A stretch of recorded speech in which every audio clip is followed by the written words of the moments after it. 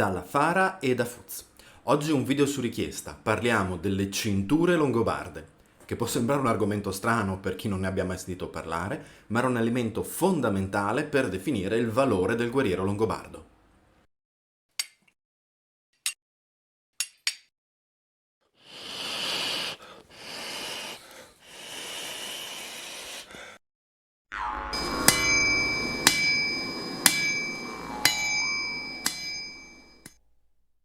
Bentornati sul canale, dicevamo, come sempre grazie ai nostri abbonati e ai nostri Patreon che vedono anche questo video in anteprima, grazie a chi è iscritto al canale, mi raccomando, se non potete supportarci in altro modo iscrivetevi, cliccate sulla campanellina, condividete il video, per noi è importantissimo. Grazie mille.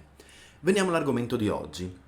In uno degli ultimi video, appunto, in un commento, uno dei nostri follower, con questo termine ormai un po' inflazionato, ha chiesto un video proprio sulle cinture longobarde. La domanda è in realtà molto interessante, il tema è molto specifico e credo necessiti di un'introduzione per quanti magari non ne abbiano mai sentito parlare prima e possa sembrare un po' bizzarro. In realtà le cinture sono fra quegli elementi che noi troviamo sempre all'interno delle sepolture dei guerrieri longobardi.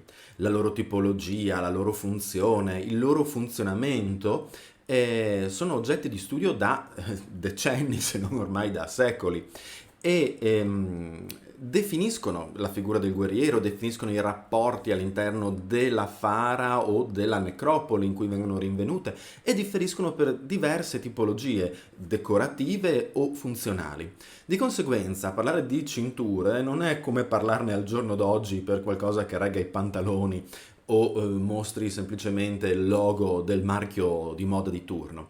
Parliamo di un elemento strutturale dell'identità del guerriero longobardo. Possiamo riassumere le due principali tipologie di cinture guerriere longobarde come la cintura a 5 pezzi e le cinture multiple.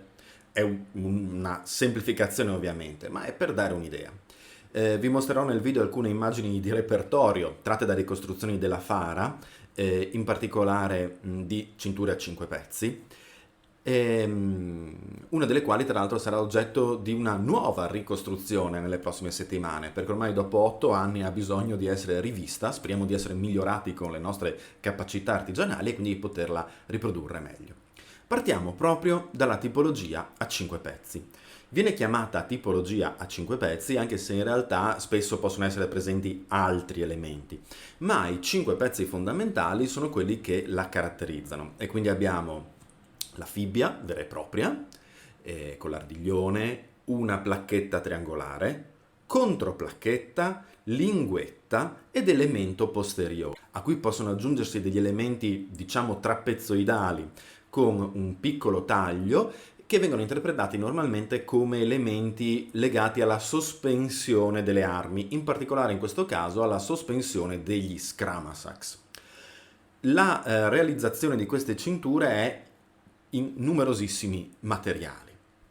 Ci sono in bronzo, sono i più diffuse, il nostro Dodo ne ha ricostruita una basandosi sui reperti di Casarsa nella Bassa Friulana, zona vicina al suo paese d'origine, ma possono essere in ferro, la tomba 18 della ferrovia, che è quella che andremo a ricostruire nuovamente durante quest'estate, aveva appunto degli elementi in ferro con dei ribattini argentati, ma numerosi elementi aggiuntivi rispetto a solo questi. A questi 5, tra l'altro mancava la placchetta e la controplacchetta, ma invece era presente una linguetta secondaria per la sospensione della spada, molto interessante come tomba. È per questo che vogliamo ricostruirla di nuovo, perché è molto utile per spiegare questi sistemi di sospensione delle armi. Potevano essere in materiali preziosi, in oro, e in una fase successiva si diffonderà molto la tecnica della gemina, tanto in questa tipologia quanto in quelle multiple. La gemina è una tecnica molto complessa che anche oggi richiede degli artigiani specializzati per la loro produzione e si caratterizza sostanzialmente in questo: su una base di ferro lavorato per martellatura, vengono incisi dei solchi decorativi con i motivi tipici di quel momento della cultura longobarda, quindi motivi zoomorfi ad esempio, o nella fase originale, nella fase di partenza, pseudo cloisonné, cioè per simulare il cloisonné, che è un'altra tecnica. In ogni caso queste incisioni vengono poi riempite con materiale semiprezioso, argento, bronzo. In questo modo si ottiene quindi su uno sfondo scuro del metallo brunito una decorazione brillante e molto chiara. Si possono creare anche delle pseudoplaccature, ovvero creare dei solchi incisi molto vicini gli uni agli altri e quindi martellando all'interno di questi solchi aderenti uno agli altri il materiale prezioso si crea una copertura completa della superficie e si ottiene quindi un effetto placcatura. Questi elementi di cintura possono venire fissati in due modi, o con dei ribattini, in argento, in bronzo, e quindi sostanzialmente dei chiodini che passano attraverso dei fori, che poi passano attraverso il cuoio e vengono ribattuti sul retro della cintura.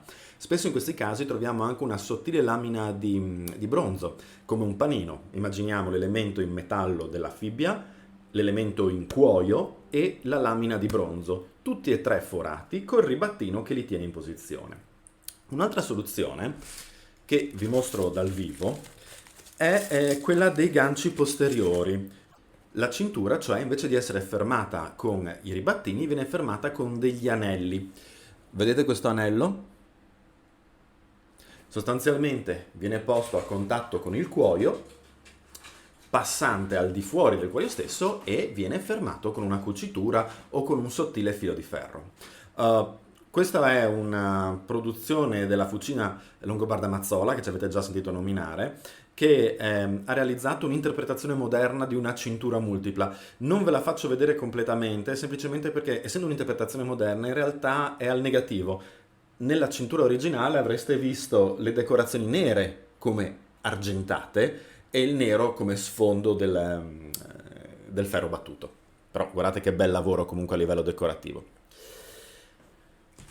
L'altra tipologia, dopo quella a 5 pezzi, è la cintura multipla. La cintura multipla mostra il suo, appunto, elemento di cintura spesso a U, con la fibbia e l'ardiglione, vedete la U, un puntale principale più grande degli altri, quindi la cintura termina e rimane il puntale principale, e poi però numerosissimi elementi secondari fatti di fibbiette e puntali secondari che venivano anche loro appesi alla cintura su linguette pendenti. La tomba 40 della ferrovia, della necropoli della ferrovia di Cividale, a cui noi stiamo lavorando da anni, di cui vi mostro alcune immagini fra quelle già rese pubbliche dal museo, è composta ad esempio da 24 elementi.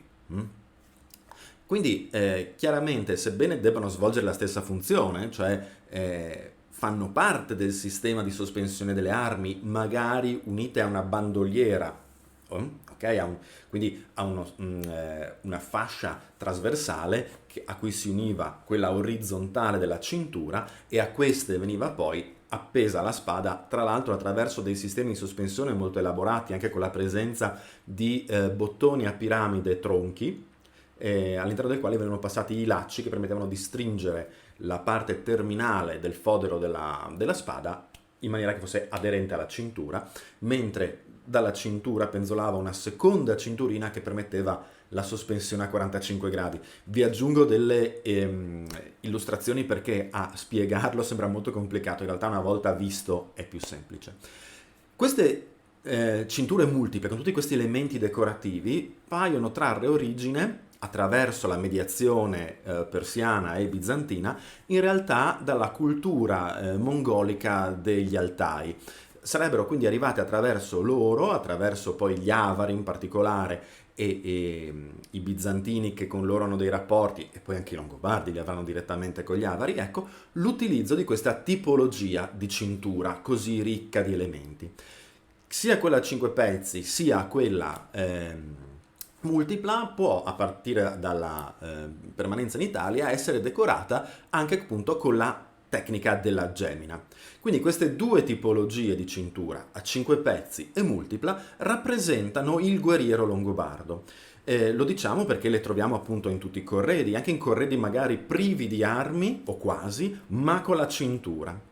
Il valore simbolico di queste cinture e il valore di legame identitario all'interno della comunità viene sottolineato dalla tendenza, riscontrata in scavi molto recenti come quelli piemontesi di Colegno, in cui all'interno di una necropoli molto vasta e studiata in maniera sistematica con tecniche contemporanee, si è riscontrato come alcune tombe avessero degli elementi di cintura appartenenti a corredi di altre tombe della generazione precedente.